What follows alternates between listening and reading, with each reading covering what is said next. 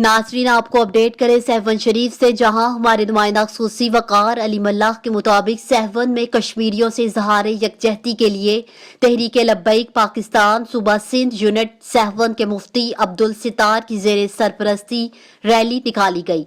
Rally जहाज चौक से होती हुई दरगाह लाल शहबाज कलंदर पर पहुंच कर एख्तिताम पजीर हुई। रैली के शुरका ने हाथों में बैनर्स और प्ले कार्ड्स और आजाद कश्मीर और पाकिस्तान के कौमी परचम उठा रखे थे।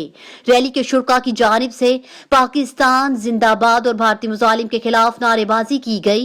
रैली में मुफ्ती अब्दुल सितार, अमीर तहरीक लब्बैक जिला जाम शोरो, हाफिज मसूद अहमद, अमीर तहरीक लब्बैक तालुका सहवन हाफिज हफीजुर रहमान, नायब अमीर तालुका सहवन रफीक हाली पोटू, नाज़िम आला, सिविल सोसाइटी, शहरी अमायदीन और मुख्तलिफ मकतबा फिक्र से ताल्लुक रखने वाली शख्सियात ने कसीर तादाद में शिरकत की। इस मौका पर अमीर तहरीक लब्बैक मुफ्ती अब्दुल सितार ने कहा कि कश्मीरियों से रूह और जिस्म का रिश्ता है। कश्मीर में मुजालिम से भारतीय जमहूरियत पसंदी का दुनिया के सामने पर्दा चाक हो चुका है।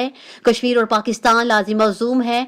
पाकिस्तानी अवाम की हमदर्दियां मकबूजा कश्मीरियों के साथ जुड़ी हुई हैं। भारत को अपनी गलतियों का खुमियाजा भुगतना पड़ेगा।